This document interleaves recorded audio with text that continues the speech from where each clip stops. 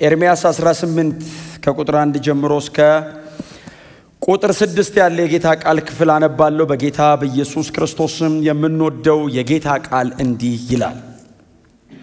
ከእግዚአብሔር ወደ ኤርምያስ እንዲህ የሚል ቃል መጣ። ተነስተህ ወደ ሸክላ ሰሪው ቤት ውረድ፣ በዚያ መልእክቴን እሰጥሃለሁ። እኔም ወደ ሸክላ ሰሪው ቤት ወረዱ። ሸክላውንም በመንኮራኩር ላይ ይሠራ ነበር። ከጭቃ ይሠራው የነበረው ሸክላ በእጁ ላይ ተበላሸ። ሸክላ ሰሪውም በሚፈልገው ሌላ ቅርጽ መልሶ አበጀው። የእግዚአብሔርም ቃል ወደ እኔ እንዲህ ሲል መጣ። የእስራኤል ቤት ሆይ ሸክላ ሰሪው እንደሚሠራው እኔ በእናንተ ላይ መስራት አይቻለኝምን? ይላል እግዚአብሔር። የእስራኤል ቤቶች ጭቃው በሸክላ ሰሪው እጅ እንዳለ እናንተም እንዲሁ በእጄ ውስጥ ናችሁ። ኤርምያስ ምዕራፍ 18 ላይ ያለ የጌታ ቃል ክፍል ነው አስቀድመን ያነበብነው። እግዚአብሔር ለኤርምያስ ስለ ሕዝቡ ስለ እስራኤል የተናገረው ድምፅ ነው ወይም መልእክት ነው። እግዚአብሔር ኤርምያስን ተነስና ወደ ሸክላ ሰሪ ቤት ሂድና ዛሬ መልእክት የምሰጥህ ሸክላ ሰሪ ቤት ነው ብሎ ወደ ሸክላ ሰሪ ቤት ልኮት ኤርምያስ ቤቱ ቁጭ ብሎ ወይንም እየጸለየ አይደለም መልእክት የተቀበለው። ሸክላ ሰሪ ቤት ሄዶ ሸክላ ሰሪውን አይኑን እያየው ነው መልእክት እግዚአብሔር የሰጠውና የብሉይ ኪዳን ነቢያት በጣም ያስደንቀኛል፣ ልምምዳቸው ያስገርመኛል። እግዚአብሔር የሚሰጣቸው ዳይሬክሽን ከባድ ነው። በጣም የምደነቀው ግን የነሱ መታዘዝ ነው። አሁን ኤርምያስ በጣም ከባድ አይነት የነቢያት ሕይወት ያሳለፈ ሰው ነው። ወደ 4 የሚሆኑ ነገስታት ዘመን ላይ ያገለገለ በጣም ታላቅ የሚባል ነብይ ነው አይደል? በእስራኤል ታሪክ ውስጥ በይሁዳ ካገለገሉ በጣም ታላላቅ ነቢያት መካከል አንዱ ይሄ ነብዩ ኤርምያስ ነው። በራሱ መጽሐፍ ላይ ብቻ ሳይሆን በሌሎች መጽሐፍትም ላይ ነብዩ ኤርምያስ ተብሎ ተጠቅሷል። ባይዘወይ ሁለተኛ ዜና ላይ፣ ዳንኤል መጽሐፍ ላይ፣ እንደገና በአዲሱ ኪዳን ደግሞ ጌታችን ኢየሱስ ክርስቶስ ከተመሰለባቸው ነገሮች አይደል? ሰዎች እኔን ማን ይሉኛል ሲባል አንደኛው የተገመተው ግምት ኤርምያስን ይመስላል ይሉሃል ነው። እና በጣም ተጽዕኖ የነበረው ረጅም ዘመን 4 ነገስታት የሸፈነ ልክ እንደ ነብዩ ኢሳያስ ማለት ነው። ወደ 4 ነገስታት የሸፈነ በጣም ሰፊ ዘመን ያገለገለ ታላቅ ነብይ ነው። ኖርማሊ የተነበየው ትንቢትም የዋዛ አይደለም አይደል? 52 ምዕራፍ እኮ ነው። የኤርምያስ መጽሐፍ እኮ 52 ምዕራፍ አካባቢ ያለው በጣም ትልቅ ነው ማለት ነው። ምናልባት ከኢሳያስ ቀጥሎ ረጅሙ ነው አይደል? ኢሳያስ 66 ይመስለኛል። ረጅሙ ነው የኤርምያስ መጽሐፍ። ወደ 52 ምዕራፍ አካባቢ ተንብዮአል። ከእስራኤል ተነስቶ ነው መተንበይ የጀመረው። በሕፃንነቱ ነው እግዚአብሔር ነብይ ያደርግሃል ያለው። ምዕራፍ 1 ላይ ሁላችሁም እንደምታውቁት በብላቴንነቱ ነው እግዚአብሔር ተገልጦለት መጥቶ በሆድ ሳልሰራ አውቄሃለሁ ነው ያለው። ከዛ ከማፀን ሳትወጣ ቀድሼሃለሁ። አውቄሃለሁና ቀድሼ አውቄሃለሁ ያለው ሳልሰራ ነው። ቀድሼሃለሁ ያለው ሳትወጣ ነው። ከተሰራ በኋላ ነው የቀደሰው ነው አይደል? ያወቀው ሳይሰራው እና እንደዛ ብሎታል። እና ገና በእናቱ ሆድ ውስጥ እያለ ነብይ ትሆን ዘንድ ቀድሼሃለሁ ማለት ለይቼሃለሁ ማለት ነው አይደል? አሁን ሴፓሬት አድርጌሃለሁ፣ አፖይንት አድርጌሃለሁ፣ ነብይ ነህ አለው እግዚአብሔር። በጣም በልጅነቱ ስላገኘው የካህናት ቤተሰብ ነው። በነ ሰለሞን ዘመን የነበሩት የነ አብያታር ላይን ውስጥ ያለ የካህናት ዘር ውስጥ ያለ ነው። ክህነት በመወለድ የሚገኝ ነው። በብሉይ ኪዳን ላይ የካህናት ፋሚሊ ውስጥ የተወለደ ሰው ካህን ሆኖ ይቀጥላል። ነብይነት ግን ስጦታ ነው። ስለዚህ ይሄ ልጅ ልክ እንደ ሕዝቅኤል ሁሉ በካህን ፋሚሊ ውስጥ ነው የተወለደው። ግን በኋላ ላይ ደግሞ እግዚአብሔር ነብይነትን በላዩ ላይ ጨምሮለታል። አይ ዶንት ቲንክ እኔ ምንም ሳጣና የክህነት አገልግሎት ሲያገልግል አላየሁትም። በጣም ሰፊ ሽፋና ሰጥቶ የሚያገለግለው የነብይነት አገልግሎቱ ላይ ነው። እስራኤልን እንደ አገር በጣም አስጨናቂ ትንቢት የተናገረው ኤርምያስ ነው። በዚህም ትንቢቱ ምክንያት እጅግ በጣም በስቃይ ውስጥ ያገለገለ ደግሞ ነብይ ነው። የኤርምያስ ሌላኛው ስሙ አልቃሻው ነብይ ነው አይደል? አልቃሻው ነብይ ነው ሌላኛው ስሙ። አልቃሻው ነብይ ተብሎ ነው የሚጠራው። በጣም እንባ በእንባ ነው ይላል። ትንቢት መናገር አያቆምም። ነገስታት መጥተው ዋጋ ያስከፍሉታል፣ ይረግጡታል፣ በጣም ያሰቃዩታል። እግዚአብሔር መጥቶ ደግሞ አድነሃለሁ አይደለም የሚለው ወደ እኔ ጩህ ነው የሚለው። እና መጮህ ነው በቃ ስራው። ወደ ጎን ይጮሃል። ሲጣላ ነው የሚውለው ከሰው ጋር። ወደ ላይ ይጮሃል። እግዚአብሔር አድነኝ ይላል። እግዚአብሔርም ቶሎ አይመጣለትም፣ ደግሞ ያሰቃየዋል። እንደውም ምዕራፍ 20 እኔ በጣም የምወደው ክፍል ነው። ምዕራፍ 20 ላይ እግዚአብሔርን ኤርምያስ ይሞግተዋል አይደል? እግዚአብሔርን ይጠራውና ከዛሬ ጀምሮ ይለዋል፣ እሺ ትንቢት የሚባል አልናገርም አለው። ለምን ሲለው እያታለልከኝ ነው አሉ። ምን ብዬ አታለልኩ ሲለው ሂድና ጥፋት አለ በል ትለኛለህ። እሺ ብዬ እኔ ሂጄ ጥፋት እላለሁ። ጥፋት ይመጣል ሲል ህዝቡ ብርክክ ብሎ ይቅርታ ሲጠይቅ አንተም ደግሞ ጥፋት አታደርግም ውሸታም እያስባልከኝ ነው። ስለዚህ እኔ ጥፋት እላለሁ አንተ አታጠፋም ትምራለህ። ስለዚህ ውሸታም እያረከኝ ነው። ከዚህ በኋላ እንዳትናገረኝ ትንቢት የሚባል አታለልከኝልና እኔም ተታለልኩልህ ይላል። በጣም እኮ ነው እኮ እናንተ እንደ ትንቢት ለምን ታዩታላችሁ? ወክ እያረጋችሁ እዩት እስቲ። ከሲቃይ እኮ ነው የወጣው። እኛ ጥቅስ ሆኖ ነው እኮ ለኛ። እንዴት አሁን አስባችሁታል? የእግዚአብሔር መንፈስ እንዲለኛል ብዬ እኔ አሁን ቆሜ እንደዚህ ይሆናል ብዬ ብናገርና ነገሩ ባይሆን እናንተ ሰንጋችሁ ስትይዙኝ አስበዋል? አሁን እኔ እግዚአብሔር አላልከኝም አላለህም ውሸትህን ነው ስትሉኝ። ምክንያቱም አሁን ኤርሚያስ ባይዘዌ እግዚአብሔርን አሁን እኮ ህዝቡን እግዚአብሔር ብሎኛል ብሎ ለማሳመን አይጥርም። ከእግዚአብሔር ጋር ነው ጭቅጭ። አንተ ተናግረህ ነው ውሸታም ያስባልከኝ ነው። ስለዚህ አንተ ባትናገረኝ እኔም አላወራም፣ እኔም ውሸታም አልባልም፣ በሰላም እኖራለሁ ሲለው እግዚአብሔርስ እናገርሃለሁ አልናገርም አይለውም። እንዳትናገረኝ አታለልከኝ ተታለልኩ ምናምን ሲል እግዚአብሔር ዝም አለው። ከዛ መጽሐፍ ሲናገር እግዚአብሔር መጥቶ ለኤርሚያስ ተናገረው ይላል። ከዛስ የእግዚአብሔር ድምፅ በልቤም ላይ እንደ እሳት አጥንቴንም በላኝ እጮሃለሁ አለ። አሁን አየህ እናገርሃለሁ ባትናገር ዋ አይደለም የሚለው ዝም ብሎ ነው የሚናገረው። ሂድና እንደዚህ በላቸው ሲለው ዝም ልቤ ነደዳል። እንዴ ዝም ልበላለ? እግዚአብሔር ሉዓላዊ ነው። ሁሌ ያስፈቀዱ አይሰራም። እንዳትናገረኝ በል አይቻልም። ኦፍ ኮርስ ሰው ነፃ ፈቃድ አለው ምናምን ብዙ ጊዜ እንላለን። አዎ ግን እግዚአብሔር ሉዓላዊ ነው። ከምድር አፈር አበጅቶ እፍ ያለውን ሰውዬ እግዚአብሔርን እጅ ጠምዝዞ ሐሳብ አያስቀይር። አሜን በሏ። ጸልዬ አልመለስ አለኝ። ለምንድን ነው? ከእግዚአብሔር የልብ ሐሳብ ጋር ካልተስማማ ሳይመለስ ወደ ጌታ ሊሄድ ይችላል ሰውየው። እግዚአብሔር የሚመልሰው በልብ ውስጥ ያለውን በመንፈስ ቅዱስ አማካኝነት ስትደግምለት ነው። አሜን በሏ።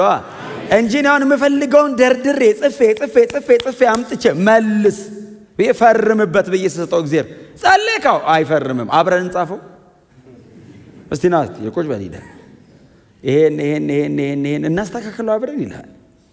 አስተካክሎ በዘላለማዊ እቅዱና አሁን ደግሞ ከረንቲ ሊያረግ በሚፈልገው ፕሮግራሙ አስተካክሎ ይመልስልሃል። ለዛ እኮ ነው ጸሎት መንፈስ በማይነገር መቃተትኛ ውስጥ የሚማልደው ነው። ምን ማለት ነው? መንፈስ የእግዚአብሔርን ጥልቅ ነገር ያውቃል። ስለዚህ አሁን ተንበርክከ በመንፈስ መጸለይ ምንድነው ጥቅሙ? በእግዚአብሔር ጥልቅ ነገር ውስጥ ያለውን አምጥቶ ይነግራል። በእግዚአብሔር ልብ ያለውን ስደግምለት እግዚአብሔር ያደርገዋል። መለሰልኝ የምትለው እግዚአብሔር የሚፈልገውን ለምነው ሰጥቶ ነው። ጮክ በሉና እግዚአብሔር ሉዓላዊ ነው በሉ እስቲ። ሶቨሪን መሆኑን ማመን አለብን። ታምናላችሁ? ለእንትኑ ነው ልበላችሁ ብዬ ነው። ግን የማያምን ካለም እንዲያምን ነው በዛው። እግዚአብሔር ይመስገን። ኤርሚያስ መጽሐፍ ላይ የምታዩት ይሄንን ነው። እግዚአብሔር በጣም ሉዓላዊ አምላክ ነው። ቀጥሎስ ኤርሚያስ እግዚአብሔር ብሎት እምቢ ማለት አይችልም። እልከኛ እኮ አለ። ከእግዚአብሔር እኮ እምቢ ብሎ እኮ የሚሄድ እኮ አለ። የሚሸሽ አልናገርም የምትለኝን ብሎ እኮ አምጾ እኮ የሚሄድ አለ። ኤርሚያስስ አይችልም የሚለው ኧረ እግዚአብሔር ሆይ ውሸታም ተባልኩ። ከእግዚአብሔር አንጻር ነው አይደል ጭንቀቱ። አሁን እኔ ብቻ ሳይሆን አንተም ነውና በጣም ብሉይ ኪዳን ላይ ሌላኛው ሰው አሁን ያ ማነው ስሙ ሙሴ ትዝ ይላችኋል። በቃ እኔ እስራኤልን ላጥፋና አለው እግዚአብሔር። ሌላ ህዝብ አምጥቼ የሌላ ህዝብ መሪ ላድርግና በቃ ጥሩ ህዝብ አድርጌ ላስተካክዬ ትገባለህ ከነዓን ሲለው ይሻላል ነው እንዴ ያለው። ተንበርክኮ ለመነው እግዚአብሔርን። ህዝቡን ከግብፅ አውጥቶ አጠፋቸው ትባላለህ። አረ ለስም ጥሩ አይደለም? አይገርሟችሁም ሰዎቹ? ከዛ እግዚአብሔር መጣና እንደ ባሬ እንደ ሙሴ አይነት ትሁት ምድር ላይ የለም አለ። ለእግዚአብሔር ክብር ነው የተጨነቀው። አረ አውጥታችኋል ተብለ ተወርቶ ዝና ተነግሮ ሳያልቅ አጠፋቸው ብትባል ጥሩ አይደለም። ለዛ ነው አይደል ሰዎቹ ባለ ታሪክ ናቸው። ኖሮ ሞቱ አይባልም። በታሪክ መካከል የማይካድ ነገር ሰርተው ነው ያለፉት። እግዚአብሔር በእጃቸው የትውልድን ታሪክ እንደዚህ ማርጎባቸው ያውቃል። ነገስታትን መርተዋል በትንቢት፣ ነገስታትን መክረዋል በትንቢት፣ ለነገስታት አቅጣጫ አሳይተዋል። ጦርነት መርተው ያውቃሉ። በትንቢት የሰራዊት ጌታ እግዚአብሔር እንዲህ ይላል ብለው ቁጭ አድርገው መክረዋል። አገር መክረዋል። የነገስታቶቹ ዘመን እንደሚያጥርም እንደሚረዝምም ነግረዋቸዋል ቁጭ አድርገው። እግዚአብሔር ይመስገን። የኤርምያስ ትንቢት እንደ ኢሳይያስ አይደለም። የኢሳይያስ በጣም ሰፊ ሽፋኑ በግጥም ነው አይደል? በዜማ አይነት ፖኤቲክ ነው አቀማመጡ። የኤርምያስ በጣም ሰፊ ሽፋኑ እንደ ስድ ንባብ ነገር ነው ተደርጎ የተጻፈው። ኤርምያስ አይደለም አፍተሮ ላይ ጻፈው። እሱ በልጅነቱ ስለሆነ እግዚአብሔር የጠራው መጽሐፍም ማንበብም አይችልም።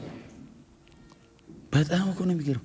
መጽሐፍ ማንበብ የማይችል ሰውዬ የተነበየው ትንቢት ነው እና የሚጽፍለት በጣም ወዳጁ የነበረ አብሮት ይኖር የነበረው ባሮክ የሚባል አንድ በጣም የተባረከ ልጅ የኤርምያስን ትንቢት እየተከተለ ይጽፋል። እንደውም ትዝ የሚላችሁ ከሆነ አንድ ትንቢት ተናግሮ እያለ በሸክላ ዕቃ ውስጥ ሲያስቀምጥ ንጉሡ አውጥቶ ድጋሚ ኤርምያስ ተናገር፣ ድጋሚ ጻፈው ባሮክ እና ኤርምያስን ረጅም ዘመን የተከተለው ትንቢቱን ለመጻፍ ብቻ ሳይሆን ወዳጁም ስለነበረ ግብፅ ድረስ አብሮት ወርዷል። ባይዘው ባሮክ ግብፅ ኤርምያስ እንግዲህ የመጽሐፍ ቅዱስ ላይ እንዴት እንደሞተ አይናገርም። የአይሁድ ትውፊት ግን በድንጋይ ተወግሮ ሞቷል ነው ተብሎ የሚታመነው። ዕብራውያን 11 ላይ በመጋዝ ተሰነጠቁ፣ በድንጋይ ተወገሩ። በድንጋይ ተወገሩ የኤርምያስ ነው፣ በመጋዝ ተሰነጠቁ የኢሳይያስ ነው። ባይዘው እና ይሄ ነብይ በጣም ስትሬት ፎርዋርድ ነው። እንደዚህ ቀጥ ያለ ነብይ ነው። ቀጥ ያለ ነብይ ነውና ግጭት ይበዛዋልና እንደዚህ አይነት የአገልግሎት ዝንባሌ ውስጥ ያለ ነብይነት የምትሉ ሰዎች የኤርምያስን መጽሐፍ ታነቡት ዘንድ በጌታ ፍቅር እመክራችኋለሁ። በጣም የሚያነጻችሁ ይመስለኛል እና እንትን ያደርጋችኋል። ቀጥተኛ ላመናችኋትና እግዚአብሔር ለሰጣችሁ ነገር ኗሪም ሟችም የሚያደርግ አይነት መጽሐፍ ነው። እግዚአብሔር ይመስገን። እና እግዚአብሔር ገና ሲጠራው ምዕራፍ 18 ትንሽ ነገር ነው የምነግራችሁ ብዬ ነው። ገና ሲጠራው ትዝ ይላችኋል። እግዚአብሔር ጠራው።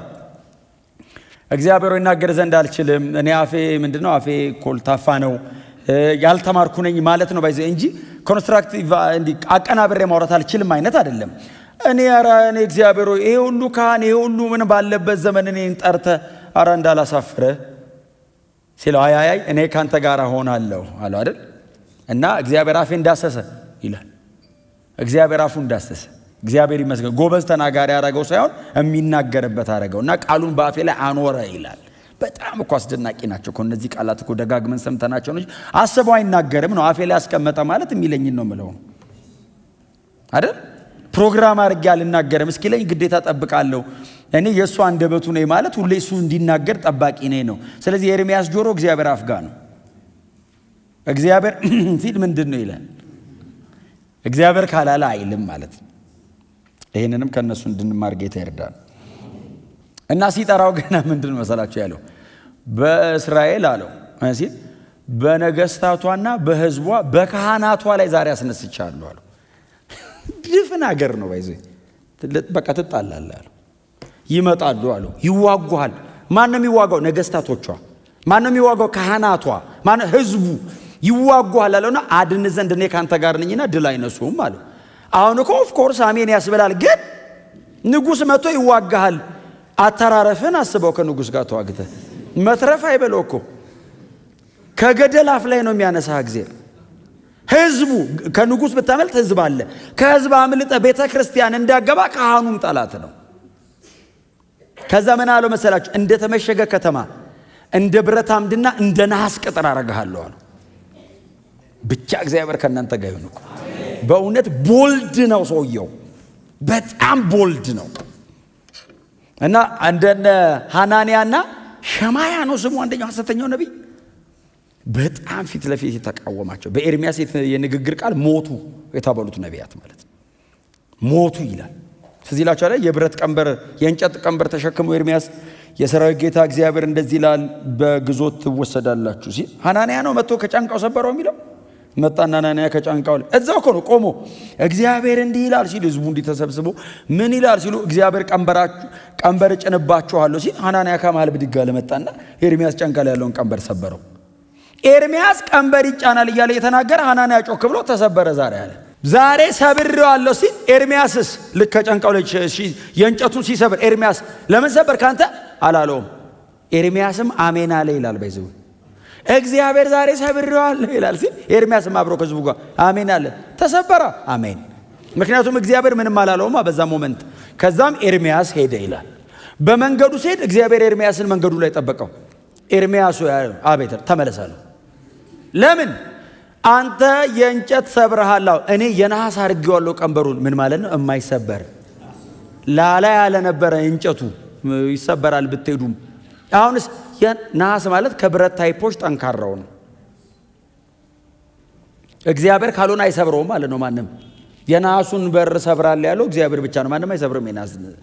የነሐስ አድርጌዋለሁ ነገራቸው። ሐናንያንም ትሞታለህ በለዋለሁ።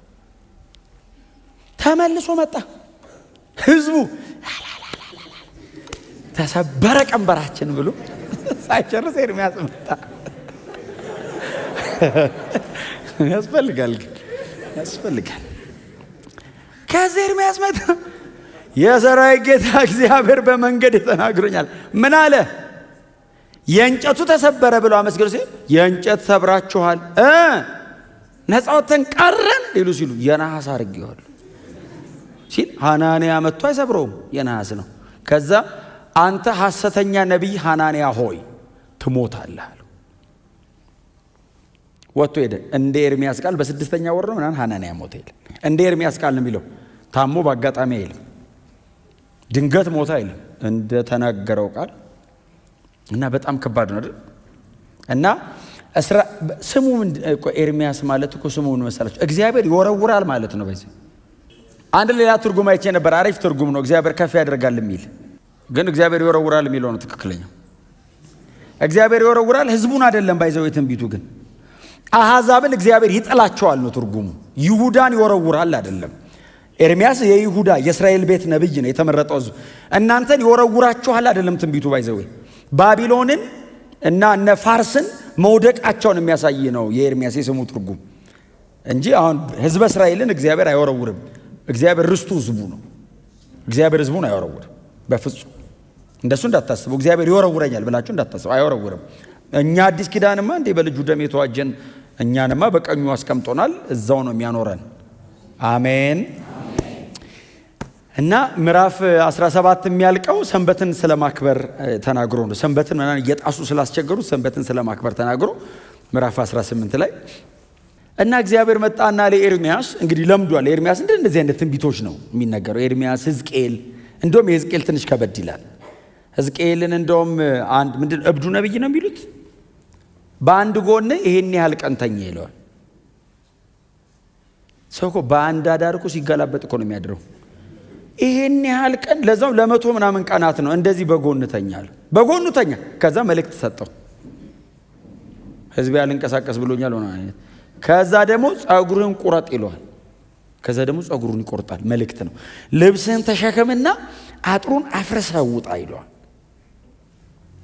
አዲስ ኪዳን እኮ በእውነት እኛ እኮ በቃ እንደዚህ መንፈስ ቅዱስ ውስጣችን አድሮ እየተናገረን እነሱን ያዋቸው በምን አይነት መንገድ እንደሚሰሙ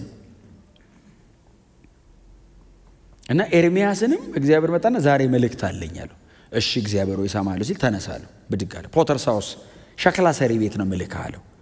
ለምን አለው? እዛ ነው መልእክት ያለኝ አለው። እሺ አለ ኤርምያስ ተነሳ እና ወደ ሸክላ ሰሪ ቤት ሄደ። እና ሸክላ ሰሪው እንግዲህ አስቡት፣ ኤርምያስ ሲመጣ ቤቱ እጅግ የተከበረ ሰው ነው። ባይዘው ኤርምያስ የኤርምያስ የአገልግሎት ማብቂያ ላይ ነው ሕዝቅኤል አገልግሎት የጀመረው። እና ታላቁ ነቢይ ኤርምያስ ነው ባይዘው የሚሉት ሲጠሩት። በጣም ትልቅ ሰው ነው፣ እግዚአብሔር ያከበረው ሰው ስለሆነ። እና ኤርምያስ ሸክላ ሰሪው ቤት ሄደ።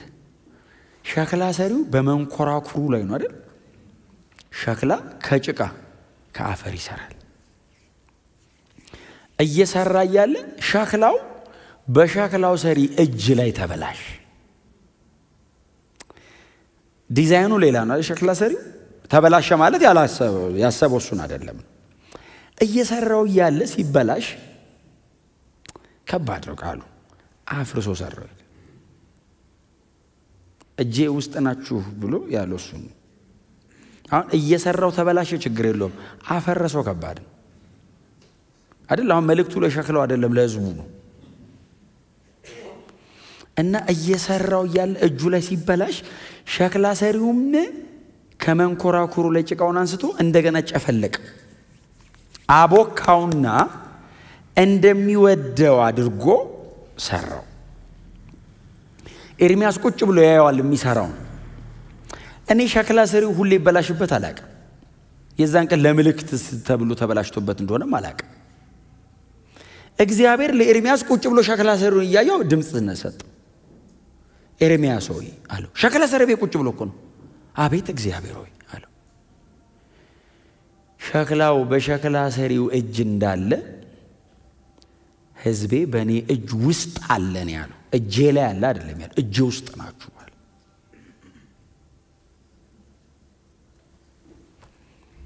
ክብር ለእግዚአብሔር ይሁን። ቁጥር 6 እንደሱ አይደለም የሚለው? ሸክላ ሰሪው እንደሚሰራው እኔ አይደል ያለው በእናንተ ላይ መስራት አይቻልም። ሸክላው ፈቃድ የለውም። ሸክላው ሸክላ ሰሪውን ለምን እንዲህ አረከኝ ብሎ አይጠይቀው። ባይዘው ምዕራፍ 18 ጀምሮ በሚቀጥሉት ምዕራፎች ላይ ከሸክላ ሰሪው ቤት ጋር የተያያዘ ትንቢት ነው እግዚአብሔር እየነገረው የሚቀጥለው። 3-4 ትንቢቶች ይቀጥላሉ ከዚህ ጋር የተያያዘ። ሸክላ ሰሪው ቤት እቺ ብቻ አይደለችም፣ እዚህ ጋር ጀመረው እንጂ ይቀጥላል ትንቢቶቹ። በውኑ ሸክላው ሰሪውን እንዲህ ለምን አረከኝ ብሎ ይጠይቀዋልን ይለዋል። ኤርሚያስ እያየ ያለ ሸክላው ሲበላሽ ሰሪው ሲጨፈልቀው ሸክላው ለምን ጨፈለከኝ አይለው። ታዲያ እኔ በእናንተ ላይ እንዲህ መስራት አይቻለኝም እንዴ? እንደፈለኩ አድርጌ ልሰራስ ለምን እንዴት ትሉኛላችሁ? እየሰራዋችሁ እያለ እኔ እንደምፈልገው ካልሆናችሁ እተዋችኋለሁ አይደለም ያለው እግዚአብሔር። አፍርሼ ሰራችኋለሁ። ሸክላ ሰሪው የተበላሸውን ጭቃ ጥሎ ሌላ መጣ አይደለም የሚለው፣ ራሱኑ አፍርሶ ሰራው። እጥላችኋለሁ አይደለም ያለው እግዚአብሔር። እና ሪስቶር እንደገና ቀይሬ ራሱኑ ጨፈላልቄ ያንኑ ሸክላ አስተካክዬ በምፈልገው አይነት ሞልድ እሰራዋለሁ። አይቻለኝም እኔ ብሎ እግዚአብሔር ነው እየጠየቀ እኮ ነው። ከመጨፍለቁ በፊት አልችልም ወይ? የኔ እጅ ውስጥ ናችሁ፣ እናንተ ሸክላው ናችሁ። አንደኛ ፈቃድ የላችሁም ነው። ቀጥሎ አቅም የላችሁም። እጄ ነው አቅም ያለው። ላለመበላሸት እምቢ አትችሉም ማለት ሸክላውን የመጨፍለቅ አቅም በሰሪው እጅ ላይ አለ፣ ኃይል ያለ አለ እግዚአብሔር። እና አፍርሼ እንደፈለግኩ አድርጌ መስራት እችላለሁ። እኔ ውስጥ ዲዛይኑን ይወስጣል። መስሪያ አቅሙ እኔ ጋር ነው ያለው። አፍተሮል ማቴሪያሉም የራሱ ነው። ሰውን ከምድር አፈር ነው የሰራው። እንደምታውቁት ከምድር አፈር ነው ያበጀው ሰውን። ሸክላውን ውብ አድርጎ ሰርቶ የሚፈልገውን ነገር ሸክላ ውስጥ የሚያስቀምጠው ባለቤቱ እግዚአብሔር ብቻ ነው። ኮናቸው ያሉ ሰው ንኩትና እግዚአብሔር የፈለገውን በላይ ላይ ያደርጋል ብሉት። ቀላል ነገር አይደለም በእውነት እያስባልኳቸው ያለሁት። ሲኖር ቀላል አይመስለኝም።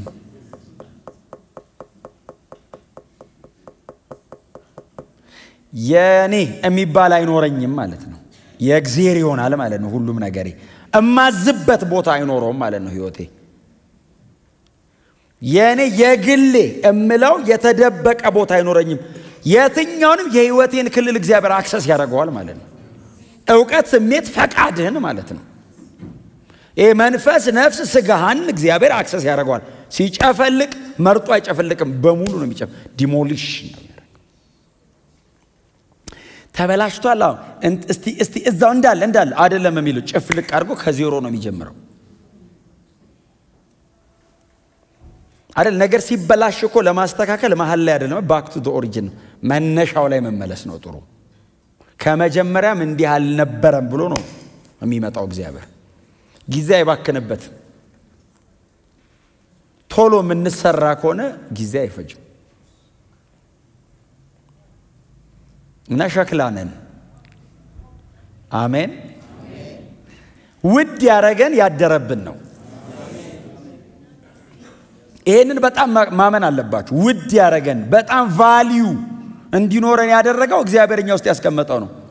2 ቆሮንቶስ ምዕራፍ 4 በሸክላ ዕቃ ውስጥ የከበረን መዝገብ አኖረ፣ ዕቃው ሸክላ ነው፣ የተቀመጠበት መዝገብ ነው ክቡር። በሸክላ ዕቃ ውስጥ የከበረን መዝገብ አኖረ አለ ጳውሎስ። ስለምንድን ነው የሚናገረው? የአዲስ ኪዳን አገልጋይ ስለመሆኑ። ምን አይነት እድል ነው አለ። ምን አይነት ክብር ነው! እንዴት አይነት ሹመት ነው አይደል? እንደውም እዚህ ቦታ እኮ ሰብኬዋለሁ። ይህንን የመሰለ አገልግሎት ስላለን አንታክትም ብሎ ነው የሚጀምረው። ሁለተኛ ቆሮንቶስ ምዕራፍ 4 ምን አይነት አገልግሎት! የአዲስ ኪዳን አገልግሎት፣ ከክብር ወደ ክብር የመለወጥ ክርስቶስ በእኛ ያደረበት እንደዚህ አይነት አገልግሎት አለን። ጳውሎስ አንተ ምንድነህ? ሸክላው ነኝ። ምንድነው ውስጥ ያለው? የከበረ መዝገብ። ማን ነው? እግዚአብሔር ነው ያኖረው።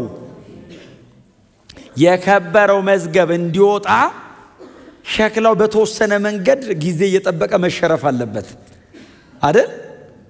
የከበረው መዝገብ ሸክላው እንደተከደነ እኮ መዝገብ ውስጡ አለ እየተባለ ነው የሚኖረው። መዝገቡ እንዲገኝ ሸክላው ይሰበራል። ስለዚህ ነው እንገፋለን እንጂ አንወድቅም ይላል። ለምን? ይሰባብሩናል ነው ዙሪያችንን። ለምን? መዝገቡ እንዲወጣ። በእኛ መገፋት የእሱ መልክ ይታያል። እኛ ሞቱን ተሸክመን እናንተ ሕይወቱን ተሸክማችሁ ትዞራላችሁ የሚለው እኮ ሸክላውን እየሰባበረ የከበረውን መዝገብ ለሰው ሁሉ ያድለዋል ነው። ቻሌንጅ በምንም አይነት መንገድ አያገኛችሁ። ቻሌንጅ ግን በአንድ በኩል የእግዚአብሔርን አቅም በእናንተ ማሳያ ነው። አንድ በጣም የምነካባት ጠቅሳለች፣ ብዙ ጊዜ መጠቅሳት። እሱም እዛው ሁለተኛ ቆሮንቶስ ጳውሎስ የጻፈው ነው። ያ እንትን ሶስተኛ ሰማይ ሄዶ የመጣበት እንትን ሁኔታን ሲጽፍ እና ምን ይላል? የሥጋዬ መውጊያ ተሰጠኝ ይላል። እርሱም የሰይጣን መልእክተኛ ነው። አንሳልኝ ብዬ ለመንኩት፣ እሱም አላነሳም። ጸጋዬ በቃል ኃይሌ ፍጹም ይሆናል አይደል? ኃይሌ በድካም ይገለጣል ወይንም ኃይሌ ፍጹም ይሆናል አለኝ። ስለዚህ ምን አለ? የእግዚአብሔር ኃይል በእኔ ፍጹም ሆኖ እንዲገለጥ አብዝቼ በድካሜ እመካለዋል።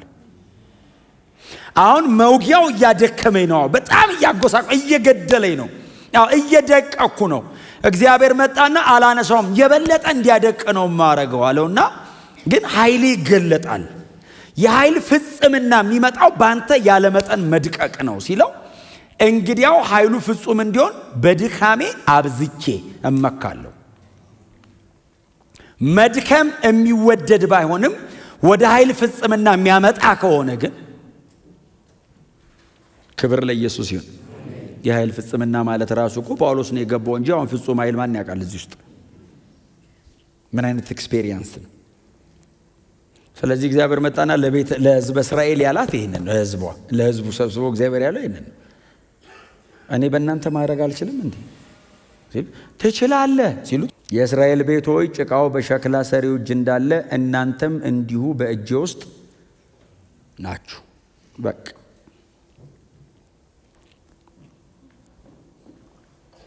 የወደደውን በሕይወታችን ይስራ። በእውነት የምንፈልገውን አድርጎ እኛ ፈገግ ብለን እሱ ከሚያዝን ትንሽ ጊዜ ቢያመንም እሱ ከከበረበት ለዘላቂው ደስታ የሚሆነን እሱ ነው። እኛ የዘላለም አይደል ሕይወታችን፣ ነገ አይደለም ምን የሚታየኝ፣ ከነገ ወዲያም አይደለም የሚታየኝ፣ ኢተርናል ነው አይደል? ዘላለማዊ ነው ይሄ ሕይወት። ስለዚህ በጣም ጥቂት ሊያስታግሰን የሚችል መንገድ ቢኖረውም ግን በጣም ረጅም ዘመን ክብር አለው። በዚህ መጽሐፍ ላይ የምናነባቸው በጣም ትልቅ የተባሉት ሰዎች በሙሉ የፈረሱበት ዘመን ነበር አይደል? አሁን ለምሳሌ የተደበቁበት ዘመን እግዚአብሔር እነሱን የሰራበት ዘመን ነው። የተገለጡበት ዘመን ስለተጻፈ እንጂ የተደበቁበት ዘመን እኮ በጣም ሲቃይ አይደለ እንዴ? ሲቃይ እኮ ነው። ሲያፈርሳቸው፣ ቻሌንጅ ሲያደርጋቸው፣ ሲሞግታቸው። አብርሃም 25 ዓመት አይደል የተሰቃየው?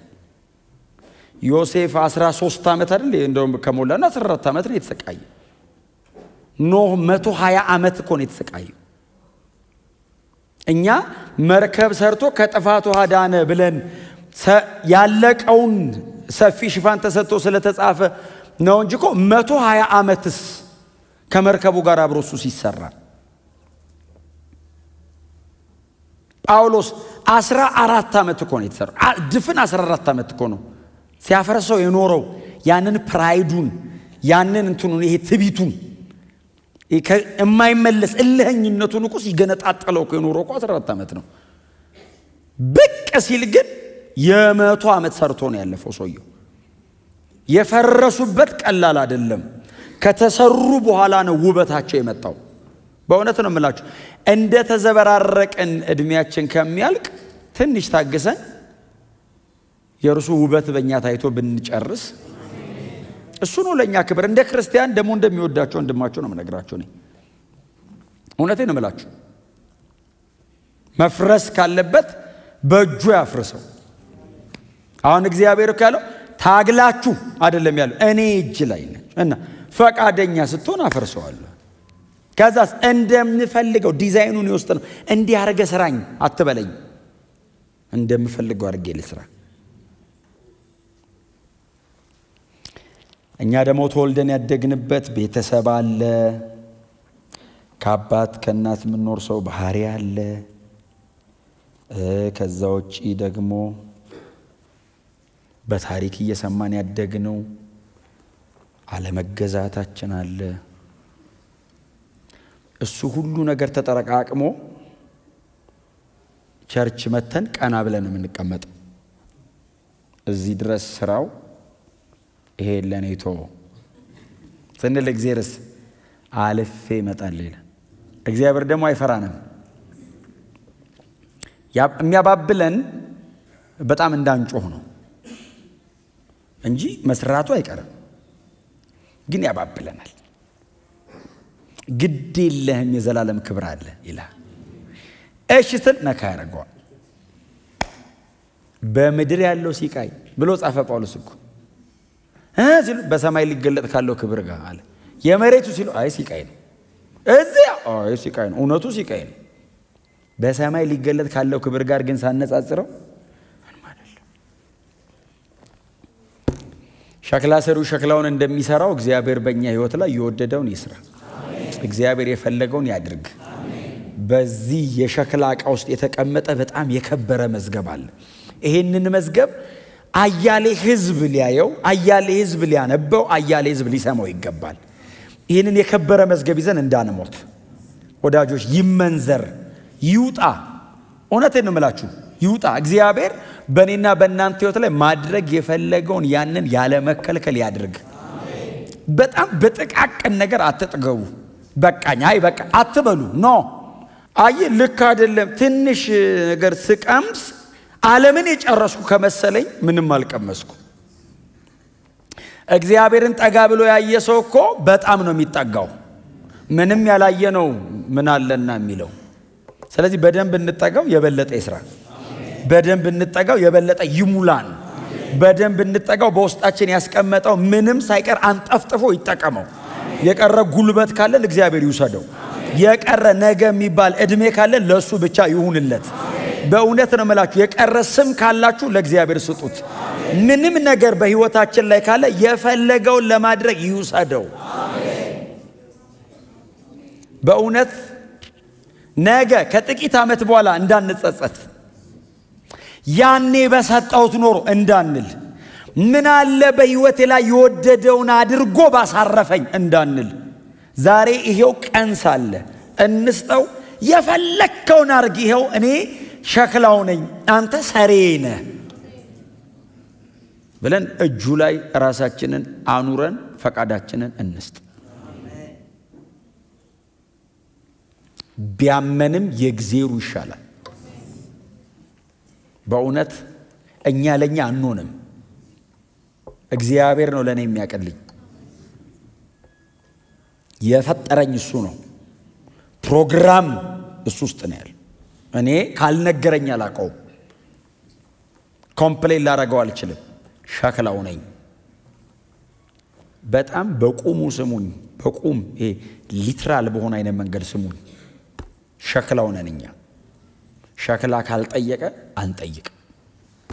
ለምን እንዲያረክ ኖ ልለው አልችልም። እግዚአብሔር ጎኔ አይደለም ያለው፣ ወደ ላይ ነው። እግዚአብሔር አምላክ ነው፣ እኔ ሰው ነኝ። እግዚአብሔር ፈጣሪ ነው፣ እኔ ፍጡሩ ነኝ። አስረዳኝ ብዬ መጠየቅ ካለብኝ ጠይቀዋለሁ። ለምን አረክ አይባልም። እግዚአብሔር ፈጣሪ ነው። እስቲ አሜን በሉ። ወደ ጎን ነው እንደሱ የሚባለው፣ ወደ ላይ አይባልም። አልገባኝም ነው የሚባለው። ወደ ላይ ሲያፈርስ አልገባኝ፣ እባክህ ንገረኝ። ይነግርሃል። ዲዛይኔ ሌላ ነው ይላል። ስለዚህ እናንተ ደግሞ በክርስቶስ ኢየሱስ ተመርጣችሁ በዚህ ዘመን እግዚአብሔር ፈቃዱ ሊያደርግባችሁ የጠራችሁ ሰዎች ናችሁ። ስለዚህ ኦልሬዲ የእግዚአብሔር መሳሪያ እናንተ አጠገባለ እና የሚፈልገውን ለማድረግ እግዚአብሔር ደጅ ሄዶ የሆነ ሰው አይፈልግም። አንተ ነው መጀመሪያ ቅርቡ ያለው፣ አንተ ላይ ነው የሚያርፈው እጁ። እግዚአብሔር ለዓለም ማሳየት የሚፈልገውን በልጁ በኩል ያመጣውን መልክ አንተ ላይ ነው የሚያደርገው። ይሄው የልጄ መልክ ይላል። ልጁን ደጋግሞ ምድር ላይ ልኮ አይገልማ፣ በአንተ በኩል ልጁን ያሳያል። ስለዚህ የልጁን መልክ ለመሳል ያንተን ሲያፈርስ እኛ ደግሞ ብዙ ሆነን ነው የምንመጣው። ብቻችንን ስንመጣ ግር ብለን ነው የምንመጣው። ስለዚህ ቃሉ መዶሻ ነው። እኔ አይደለም ያልኩት፣ የእግዚአብሔር ቃል እንደ መዶሻ ነው። ቀጥሎ የእግዚአብሔር ቃል እንትን አለው። መዶሻ እኮ ነው፣ መሮ ነው፣ ሰይፍ። መጽሐፍ ቅዱስ እኮ የእግዚአብሔር ቃል ሰይፍ ነው ይላል። ሰይፍ አሁን ምን ማድረጊያ ነው? አይ መቁረጫ አይደለም እኮ፣ ቋሚ ነገር ማንሻ ነው። መቁረጫማ መቀስም ነው። አሁን በሰይፍ ጺሙን የሚያስተካክላል እዚህ ውስጥ አድቬንቸር ካልወደድክ በቀር እንደዚህ ለፎቶ ነው ህይወት። ሰይፍ እጅ ላይ ካለ ለቋሚ የእግዚአብሔር ቃል ሰይፍ ነው ማለት ዝም ብለህ ሳለው ሲል የሆነ ነገርን እኮ አንስቶታል። መዶሻ ነው ማለት ትርፍ አለው ማለት ነው ሰውየው አይደል? ትርፍ ካለው መዶሻ ካለው መሮ አለው አስደግፎ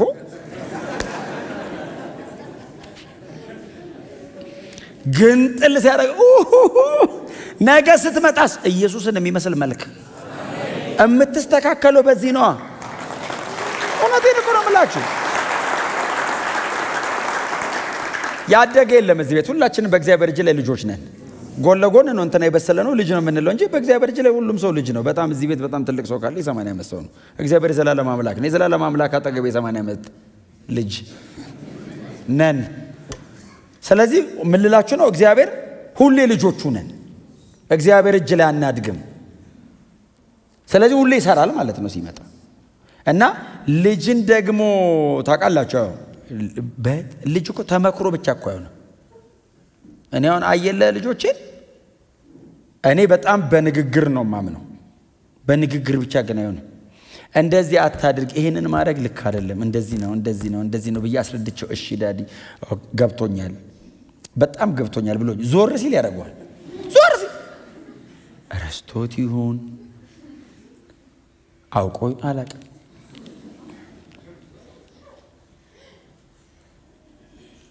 ስለዚህ በትር ካጠገብ አይጠፋም ማለት ነው። አሁን እግዚአብሔር አሁን ይሄን ነገር አንሳው ቢልህ አታነሳው። ለምን? አብሮ ነው የኖረው። ረጅም ዘመን አብሮ ስለኖረ ያንተ እንደሆነ ነው የሚሰማ። አባቴም እንዲህ ነበር የሚል ሰው አለ። ቀይረሃል እዚህ ቤት አስደግፎ